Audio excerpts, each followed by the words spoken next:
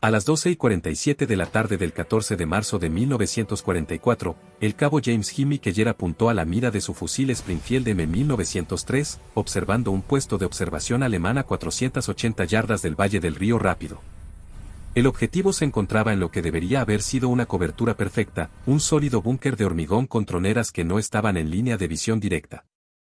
Los francotiradores aliados llevaban 3 semanas intentando detener esa posición. 17 hombres habían muerto en asaltos directos. El observador alemán se mantenía intocable, dirigiendo la artillería que mataba a 8 estadounidenses cada día. En los siguientes 4 minutos, Keller disparó un solo tiro a través de un hueco en el edificio, no más ancho que una carta de juego, eliminando un objetivo que, según las reglas del ejército, era imposible de alcanzar. En 6 semanas, su técnica se extendería a todas las divisiones de francotiradores aliadas en Italia, y se le atribuye haber detenido 127 posiciones fortificadas y salvado aproximadamente 340 vidas. Esta es la historia de cómo un estafador de un salón de billar de Boston reescribió las reglas del francotirador usando una geometría en la que los instructores de West Point nunca habían pensado. James Keller creció en Charlestown, Massachusetts, en un apartamento de 3 habitaciones que olía a repollo hervido y aceite de motor. Su padre trabajaba en los muelles del astillero naval de Charlestown, cargando armas 16 horas al día por un salario de la depresión. Jimmy pasó su infancia en el salón de billar Murphys de la calle principal, no porque buscara problemas, sino porque tenía un don. Mientras otros niños jugaban al Stickboy, Jimmy, de 12 años, descifraba ángulos desde las bandas, invocando combinaciones imposibles que no deberían funcionar según la física de las líneas rectas. El dueño, Frank Murphy, notó que el niño veía caminos que nadie más veía. «Piensas en rebotes», le dijo Frank una vez. «La mayoría de la gente ve la pelota y la tronera. Tú ves todo lo que la pelota podría golpear de aquí a allá». Jimmy nunca terminó la secundaria, la abandonó a los 16 años para trabajar en el turno de su padre cuando la espalda del anciano se le hinchó. Para 1942, dirigía una cuadrilla de aparejos, revisando planos de ingeniería para operaciones de grúas y calculando ángulos de carga para reparaciones de barcos. Cuando ocurrió Pearl Harbor, se alistó a la mañana siguiente. El reclutador vio «operador de grúa» en su solicitud y lo envió a Fort Benning para entrenamiento de infantería. El campo de tiro lo cambió todo. Keller se calificó como tirador experto, con puntuaciones que obligaron a los instructores a comprobar si hacía trampa. Pero lo que les llamó la atención no fue su precisión, sino sus inusuales posiciones de tiro. Mientras otros reclutas disparaban tumbados, de rodillas o de pie, Keller encontraba ángulos extraños, disparaba alrededor de barreras, bajo obstáculos y contra superficies reflectantes. Se posicionaba justo en ese punto. «El niño dispara como si estuviera jugando a geometría en lugar de a la guerra», escribió un sargento en su expediente. Lo convirtieron en francotirador, lo enviaron al norte de África, luego a Sicilia y luego a la península italiana con la 36ª División de Infantería. Para marzo de 1944, Keller tenía 19 bajas confirmadas. Trabajo estándar. Nada especial. Siguió las reglas: encontrar una posición alta. Calcular la distancia. Ajustar al viento. Apretar el gatillo. Los alemanes murieron. La guerra continuó. Luego vino el Valle del Río Rápido. Las fortificaciones de la línea Gustav representaron 18 meses de genialidad ingenieril alemana. Cada búnker, cada fortín, cada puesto de observación había sido diseñado por hombres que comprendían que el hormigón y el posicionamiento superaban a la potencia de fuego. Los aliados lanzaron artillería contra estas posiciones durante semanas. Los proyectiles de alto poder explosivo crearon cráteres impresionantes. Los alemanes permanecieron bajo tierra, salieron tras el fin de los bombardeos y reanudaron las matanzas. Monte Cassino dominaba el valle. Los observadores alemanes vigilaban cada movimiento estadounidense y desplegaban la artillería con precisión quirúrgica. Un puesto de observación en particular, designado como Punto Fuerte 7 en los informes de inteligencia, se encontraba en un búnker de hormigón construido en la ladera de la montaña, a 480 metros de las líneas estadounidenses. El observador alemán en el interior tenía una vista directa del fondo del valle. Siempre que las fuerzas aliadas intentaban avanzar, los proyectiles de artillería llegaban en 90 segundos. Las reglas estándar para francotiradores decían: detengan al observador. Pero el Punto Fuerte 7 había sido diseñado por alguien que entendía de balas. La ranura de disparo estaba orientada lateralmente hacia las posibles posiciones de los francotiradores. Las paredes eran de hormigón armado, de 90 centímetros de espesor. Incluso con un ángulo perfecto, la ranura medía solo 45 centímetros de ancho y 20 centímetros de alto. El observador alemán se mantenía alejado de la abertura, invisible desde cualquier línea de fuego directa. El teniente Marcus Chen, del 141º Regimiento de Infantería, lo intentó primero. El 1 de marzo de 1944, a las 6:15 de la mañana, Chen se posicionó a 480 metros al noreste y calculó un disparo a través de la tronera durante el breve lapso en que la luz de la mañana podría mostrar al alemán como una sombra. Disparó. La bala rebotó en el hormigón a 15 centímetros de la abertura. El fuego de respuesta llegó 8 segundos después. Los francotiradores alemanes estaban atentos al destello de su arma. Chen murió con una bala en la garganta. Tenía 23 años, era de Sacramento y estaba comprometido con una enfermera llamada Dorothy, quien recibió el telegrama 9 días después. El sargento William Morrison fue el siguiente en intentarlo. 4 de marzo de 1944, 2:30. Morrison pensó que muchos disparos podrían obligar al alemán a retroceder lo suficiente como para que un equipo de asalto pudiera avanzar. Disparó 17 proyectiles en 40 segundos, todos dirigidos a la ranura de tiro. 3 proyectiles penetraron en el búnker. Ninguno alcanzó al observador. El alemán ordenó un ataque con morteros. Morrison y 2 hombres de su escuadrón murieron en la primera oleada. Morrison tenía 31 años y era de Tulsa. Tenía una hija de 6 años llamada Sarah, quien conservó su última carta durante 60 años. El soldado de primera clase Eddie Donovan hizo el tercer intento. 8 de marzo de 1944. Por la mañana. Donovan tenía 20 años, era de Brooklyn y había boxeado en los Golden Gloves antes de la guerra. No intentó disparar por la rendija. Intentó avanzar bajo la protección del humo hasta quedar al alcance de las granadas. El fuego de las ametralladoras alemanas atravesó el humo a la altura de las rodillas. Donovan se desangró en un cráter a 15 metros del búnker. Su cuerpo no fue recuperado hasta 4 días después. Keller vio morir a Morrison. Habían compartido una trinchera la noche anterior, intercambiando historias sobre su hogar. Morrison le había mostrado fotografías, su hija en un columpio de neumático, su esposa con un vestido de domingo. Después de esto, había dicho Morrison, le enseñaré a pescar a Sarah. La llevaré al lago Texoma. Pasaré todo el verano sin hacer nada. A la mañana siguiente, Morrison fue enterrado en una fosa común con otros 17 hombres. 3 francotiradores y 14 infantes murieron en intentos de asalto. El observador alemán siguió trabajando. Todas las sesiones informativas incluían el mismo informe: el punto fuerte 7 mantiene la capacidad de dirección de fuego. No se ha identificado ninguna solución. Keller estudió el búnker durante 6 días. Dibujó diagramas en paquetes de cigarrillos y calculó ángulos con un transportador de carpintero que le había prestado una unidad de ingenieros. El problema no era la resistencia del búnker. El problema era que todos pensaban en línea recta. Fuego directo, asalto directo, detención directa. Los ingenieros alemanes habían diseñado para amenazas directas. Pero Keller había crecido en un salón de billar. El 12 de marzo, se acercó al capitán Raymond Hayes durante la sesión informativa de la mañana. Señor, necesito permiso para intentar el punto fuerte 7. Hayes levantó la vista de su café. Keller, 3 francotiradores lo han intentado. Todos muertos. Intentaron con fuego directo, señor. Propongo fuego indirecto. El fuego indirecto es tarea de la artillería, cabo. No es artillería indirecta, señor. Es fuego indirecto de fusil a través de las.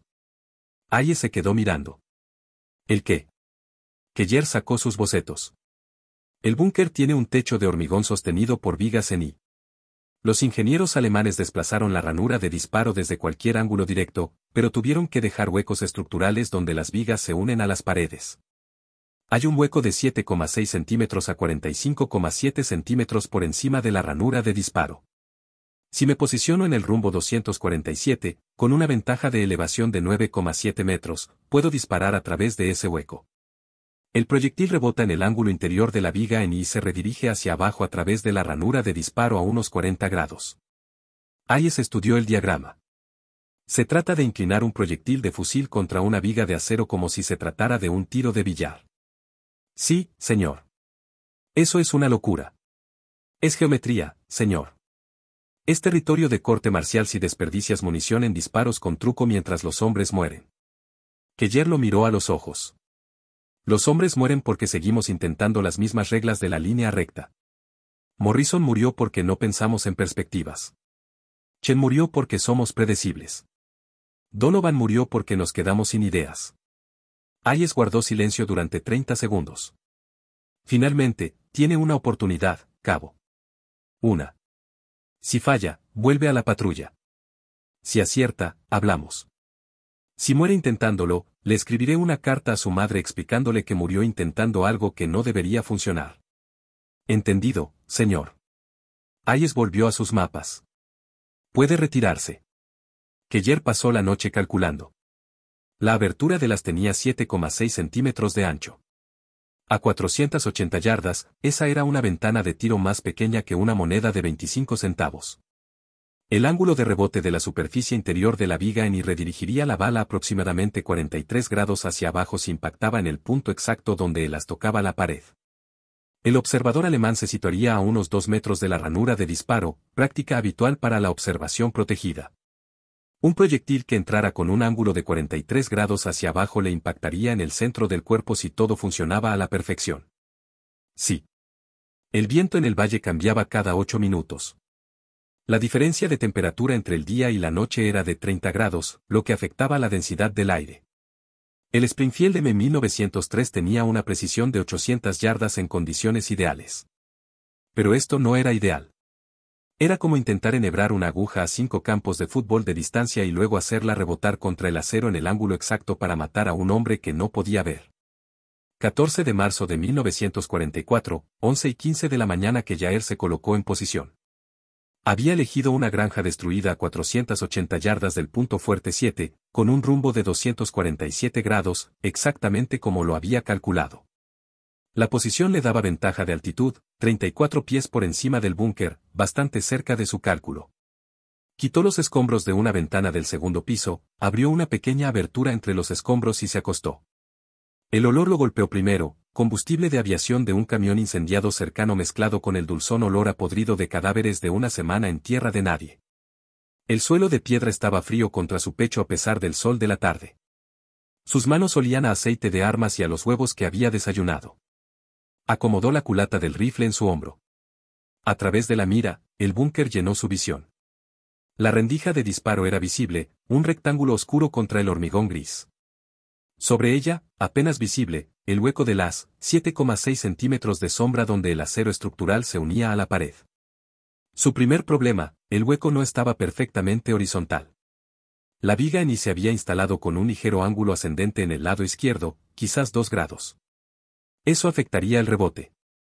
Ajustó la mira 15 centímetros a la derecha, ajustando hacia donde redirigiría la bala el ángulo de la viga. Segundo problema, no podía ver al observador alemán, no podía confirmar la posición, no podía verificar que la geometría funcionara incluso si daba en el blanco perfectamente. Todo este plan se basaba en la teoría. Morrison había muerto por certezas. Keller se jugaba la vida con matemáticas calculadas con un transportador prestado. Le dolía el pulgar. Se lo había cortado esa mañana con una lata de raciones C, y la herida se le enganchaba constantemente en la culata del rifle. El sudor le corría por la frente a pesar del frío. El relieve ocular de la mira estaba ligeramente desviado, creando un anillo de sombra que dificultaba apuntar con precisión. Keller cargó una bala. El clic metálico del cerrojo sonó insoportablemente fuerte. En algún lugar del valle, soldados alemanes almorzaban, escribían cartas a casa y limpiaban armas. Uno de ellos estaba en el búnker, observando el valle, esperando invocar la muerte ante el próximo avance estadounidense. El cálculo moral era simple. Si esto funcionaba, ese alemán moría. Si no, más estadounidenses morirían intentando los mismos enfoques fallidos. Keller había sido criado como católico. Se había confesado antes del despliegue, le habían dicho que matar en la guerra no era asesinato. Pero allí, a punto de intentar una ejecución basada en la geometría del billar, la certeza religiosa se sentía débil. La hija de Morrison nunca aprendería a pescar con su padre. La prometida de Chen, Dorothy, ya había recibido su telegrama. La madre de Donovan había enterrado a su único hijo hacía 3 días. Keller ajustó la mira. La retícula se fijó en el as. El viento había amainado. ¡Qué suerte! La temperatura era estable. La visibilidad era clara. Todas las variables se alineaban con la máxima precisión. Exhaló lentamente. En el fondo de su respiración, entre latidos, apretó el gatillo. El M1903 le dio un codazo en el hombro. El disparo resonó por el valle, plano y nítido. A través de la mira, Keller observó la estela de vapor del proyectil durante una fracción de segundo antes de que desapareciera en el haz de luz. Luego nada. Ningún sonido secundario. Ningún impacto visible. Imposible confirmar si la bala rebotó como se calculó o simplemente se enterró en el hormigón. El búnker permanecía en silencio al otro lado del valle. La ranura de tiro permanecía a oscuras. El punto fuerte 7 lucía exactamente igual que hacía 30 segundos. Keller no se movió. Reglas estándar de un francotirador: después de disparar, quédate quieto durante 60 segundos. El movimiento atraía fuego de respuesta. Incluso si fallabas, te quedabas paralizado, evaluando y planeando tu siguiente acción. Mantuvo la vista fija en él. Telescopio, atento a cualquier cambio. 20 segundos. Nada. 30 segundos. El viento arreció, susurrando entre la hierba muerta debajo de él. 40 segundos. Un pájaro se posó en el techo del búnker, picoteó algo y salió volando. A los 47 segundos, la puerta trasera del búnker se abrió. Un soldado alemán salió, caminando rápido, pero sin correr. Se dirigió al exterior de la tronera y desapareció de la vista de Keller al entrar por el acceso frontal.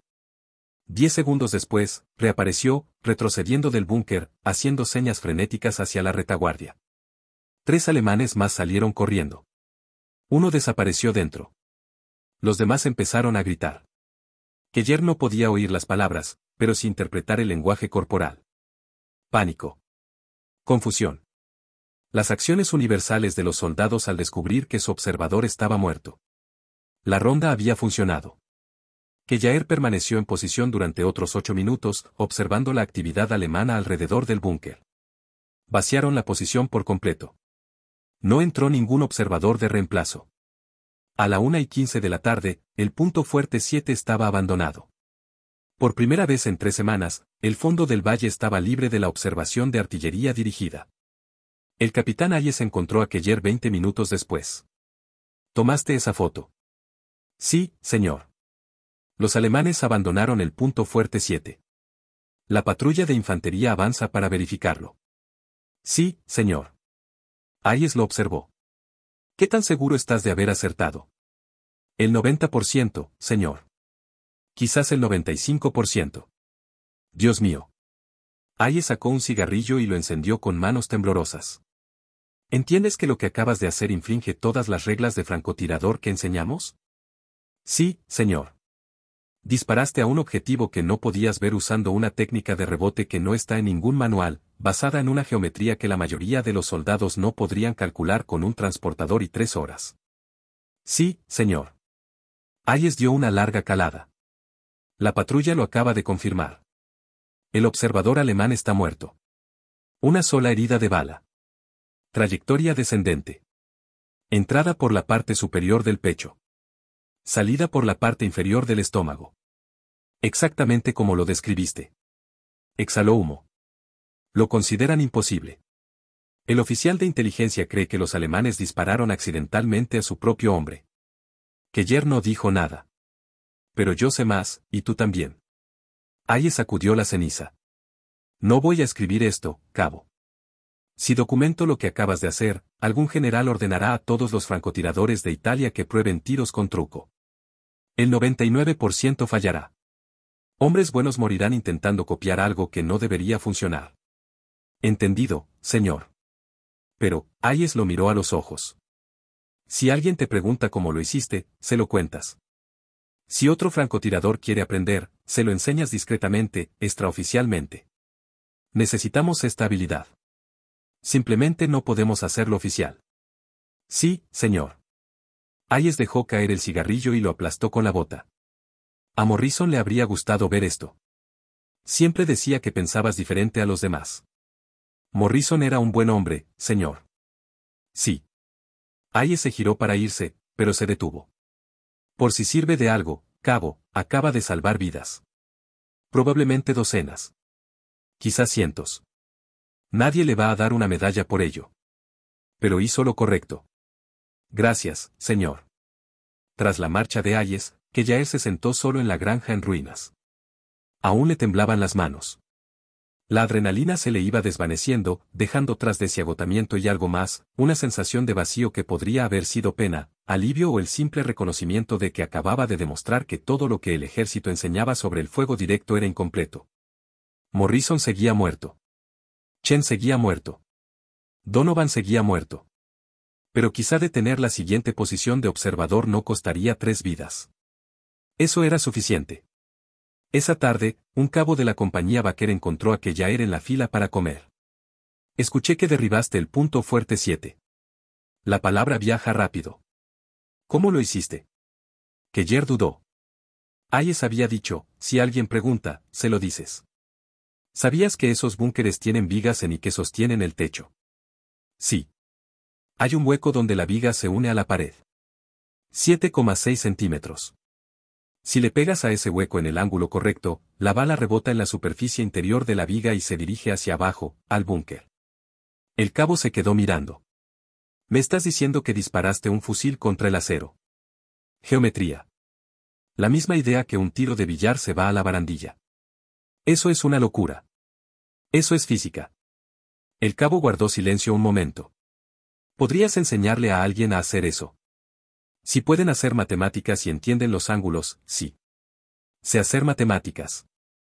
La compañía Baker tiene 3 francotiradores. Llevamos una semana intentando entrar en el punto fuerte 12. La misma configuración que en el 7, ranura de tiro descentrada, muros de hormigón y un observador a cubierto. Quejaer lo miró. Tienes un transportador. Puedo conseguir uno. Nos vemos después de comer. Trae tu rifle y algo para escribir. Por la mañana, 4 francotiradores conocían la técnica de Quejaer para el disparo por brecha. Por la tarde, 7. Nadie la llamaba fuego indirecto ni disparo de deflexión. Eran términos técnicos que podrían llamar la atención de los oficiales. En cambio, se extendió entre los soldados como el disparo por brecha, ángulo de Quejaer o simplemente el truco. 16 de marzo de 1944. El sargento Thomas Riley de la compañía Baker intentó asaltar el punto fuerte 12, búnker de observación alemán, de hormigón armado y con una ranura de tiro desplazada. Construcción idéntica a la del punto fuerte 7. Riley había pasado 2 horas con Quejaer la noche anterior, aprendiendo a identificar huecos estructurales, calcular ángulos de rebote y ajustar la posición del as. Riley disparó a las 2:47 desde 460 metros. El proyectil entró en el hueco del as, rebotó en una viga y impactó al observador alemán en la cabeza. El punto fuerte 12 quedó en silencio. La compañía Baker avanzó 360 metros esa tarde sin recibir fuego de artillería. Esa noche, todos los francotiradores de la 36 División de Infantería querían saber cómo lo había hecho Riley. La técnica se difundió sin documentación. Sin informes oficiales. Sin memorandos de entrenamiento. Sin análisis de ingeniería. Solo conversaciones susurradas en trincheras, diagramas toscos dibujados en tierra, francotiradores enseñándoles a francotiradores la geometría en la que sus instructores nunca habían pensado. Para el 20 de marzo, 15 francotiradores intentaban disparos con haz de luz. 8 lo habían logrado. 7 habían fallado, pero aprendieron de sus errores, ajustaron sus cálculos y se prepararon para volver a intentarlo. La primera división de cazadores de caídas alemana fue la primera en ser detectada. 22 de marzo de 1944. Informe de inteligencia recuperado tras la guerra, francotiradores estadounidenses demuestran una capacidad sin precedentes contra posiciones de observación fortificadas. 3 búnkeres neutralizados en 5 días mediante un método aún no determinado. Bajas, 3 observadores y 2 coordinadores de artillería de vanguardia. Se recomienda una revisión táctica inmediata. Los ingenieros de combate alemanes inspeccionaron búnkeres abandonados y encontraron impactos de bala en lugares inesperados. Descubrieron balas atascadas en vigas calcularon trayectorias y se dieron cuenta de lo que hacían los estadounidenses. Pero comprender la técnica no facilitó la defensa. Los huecos en las vigas eran necesidades estructurales.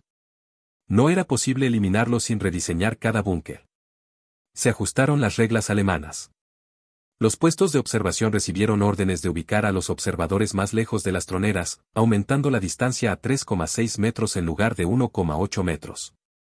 Esto redujo su visibilidad del campo de batalla, redujo la precisión de la coordinación de la artillería y ralentizó los tiempos de respuesta. El impacto psicológico estadounidense trascendió las muertes físicas. El Oberleutnant Friedrich Hartmann, un francotirador alemán condecorado con 43 bajas confirmadas, se topó con esta técnica el 27 de marzo. Su informe posterior a la acción, ubicado en la posición óptima para un contrafrancotirador. Sin línea directa con el enemigo. El proyectil estadounidense entró por una brecha estructural que yo creía no amenazante. El proyectil rebotó hacia abajo e impactó al observador Gefreiter-Kaul.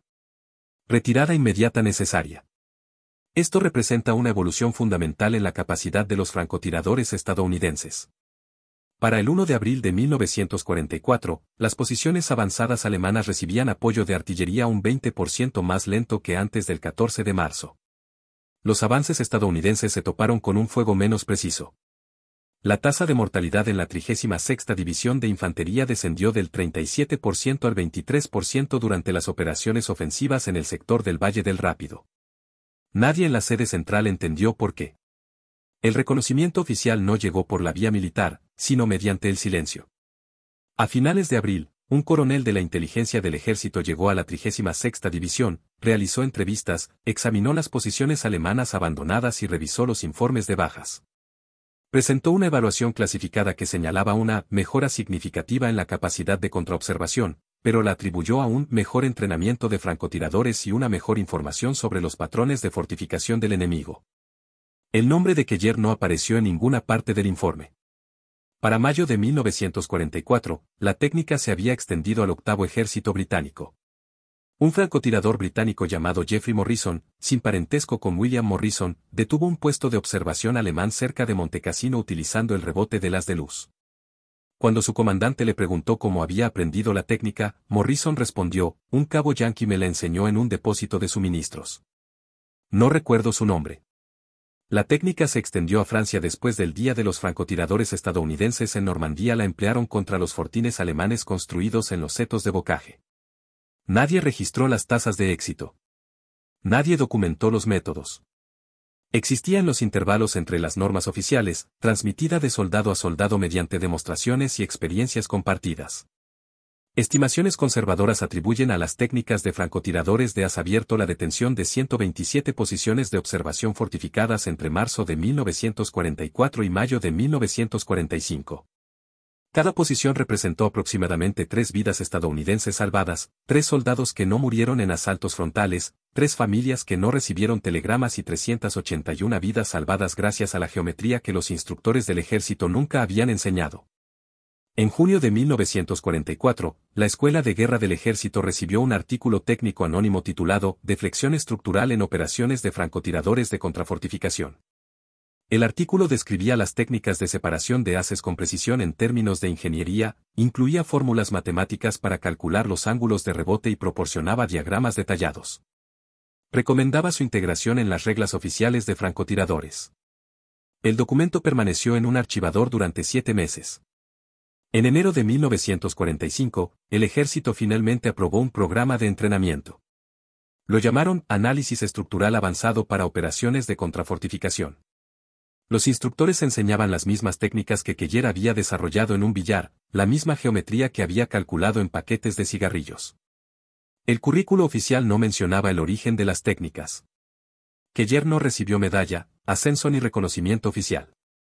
Su hoja de servicio indicaba tirador experto y 19 bajas confirmadas, pero nada sobre la innovación que cambió para siempre las reglas de los francotiradores. No le importó. Morrison seguía muerto. Chen seguía muerto. Donovan seguía muerto. Las 381 vidas salvadas tenían nombre, familia y futuro. Eso era suficiente. James Keller sobrevivió a la guerra. Regresó a Charleston en noviembre de 1945, a los 24 años, con un corazón púrpura por la metralla en Montecassino y pesadillas sobre la muerte de Morrison. Los trabajos en el muelle habían pasado a manos de hombres que se habían quedado en casa. El salón de billar tenía nueva administración. Encontró trabajo como operador de grúa en el astillero naval, el mismo trabajo que había dejado en 1942. El trabajo le era familiar, calcular pesos de carga, leer ángulos de tensión, posicionar puntos de aparejo con precisión. Nadie le preguntaba sobre la guerra. No contaba historias voluntariamente. En 1947, se casó con Catherine O'Brien, una enfermera que había trabajado en el Hospital Naval de Chelsea. Tuvieron 3 hijos. Keller les enseñó a jugar al billar, les enseñó a calcular ángulos y les explicó que las líneas rectas eran solo una opción. Nunca mencionó porque entendía los rebotes mejor que la mayoría de la gente. Trabajó en el astillero naval durante 32 años y se jubiló en 1977, a los 56 años, con una pensión y la reputación de ser el mejor operador de grúa de Boston. Pasó su jubilación pescando en la playa de Nahant, jugando al billar en el Salón de la Victoria sobre la Guerra, VFW, y asistiendo a los partidos de los Red Sox con sus nietos. Murió en 1998, a los 77 años, por complicaciones de un enfisema. Su obituario en el Charleston Patriot Bridge tenía 140 palabras. Mencionaba su servicio en el Navy Yard, su familia y su pasión por el béisbol. Una frase decía, James sirvió con distinción en la Segunda Guerra Mundial, participando en campañas en el norte de África, Sicilia e Italia. Nada sobre el punto fuerte 7. Nada sobre el rebote del as. Nada sobre las 381 vidas que su geometría había salvado. La técnica que él ideó se convirtió en norma. El entrenamiento moderno de francotiradores incluye el tiro con rebote estructural como habilidad básica. Los instructores militares actuales enseñan a los soldados a identificar las brechas de los rayos, calcular los ángulos de rebote y aprovechar las debilidades de los edificios en posiciones fortificadas. El plan de estudios dice que la técnica comenzó durante la Segunda Guerra Mundial, pero no da crédito a individuos específicos. En 2003, la historiadora militar doctora Patricia Williamson investigó las innovaciones de los francotiradores en la campaña italiana. Descubrió referencias al tiro a distancia en informes de inteligencia alemanes de marzo de 1944. Mediante el cruce de registros de bajas, informes posteriores a la acción y entrevistas a supervivientes, rastreó el origen de la técnica hasta la 36ª División de Infantería, un único disparo con éxito contra el punto fuerte 7 y un cabo llamado James Keller. Publicó sus hallazgos en la revista de Historia Militar. El artículo tenía 14 páginas. Nadie de la familia de Keller lo leyó. Su viuda había fallecido en 2001. Sus hijos no leían revistas de historia militar. La innovación, que salvó cientos de vidas, que cambió las reglas de los francotiradores y que se extendió por ejércitos y continentes, había comenzado con un trabajador del muelle de Boston que había aprendido a pensar en ángulos mientras jugaba al billar por monedas. Así es como surgen las nuevas ideas en la guerra. No por los canales oficiales. No por los comités de ingeniería. No por las juntas de revisión de reglas. A través de cabos exhaustos que han visto morir a sus amigos, que no pueden seguir órdenes que ya no funcionan, que se arriesgan a un consejo de guerra por intentar algo que no debería ser posible. A través de hombres que entienden que las reglas las escriben quienes no estuvieron allí. Que la doctrina la escriben oficiales que no aprietan el gatillo. Que a veces la diferencia entre la muerte y la supervivencia son 8 centímetros de sombra y el coraje de arriesgar un tiro imposible. Keller nunca se consideró un héroe. Nunca se atribuyó el mérito. Nunca quiso reconocimiento. Hizo lo que debía hacer. La hija de Morrison nunca aprendió a pescar con su padre, pero otras hijas sí. Eso fue suficiente. Su tumba está en el cementerio Woodlawn de Everett, Massachusetts. Una lápida militar estándar. Nombre, rango, fechas de servicio. Nada sobre la innovación. Nada sobre las vidas salvadas. Solo mármol gris, césped y alguna bandera ocasional en el Día de los Caídos. Si te pareció interesante esta historia, dale me gusta al vídeo. Suscríbete para estar al tanto de estas historias inéditas. Deja un comentario diciéndonos desde dónde lo estás viendo.